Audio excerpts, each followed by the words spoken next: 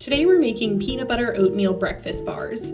Grab a large bowl and add in 2 cups of oats, half a cup of creamy peanut butter, 2 flax eggs, a 1/4 cup of brown sugar or sugar substitute, 2 tablespoons of oil, a splash of vanilla, some baking soda, ground cinnamon, and then a 1/4 cup of mini chocolate chips.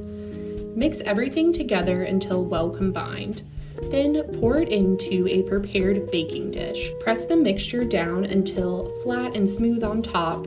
Then bake at 350 degrees for 15 to 20 minutes. Once the bars have cooled slightly, you can cut them into 9 equal pieces.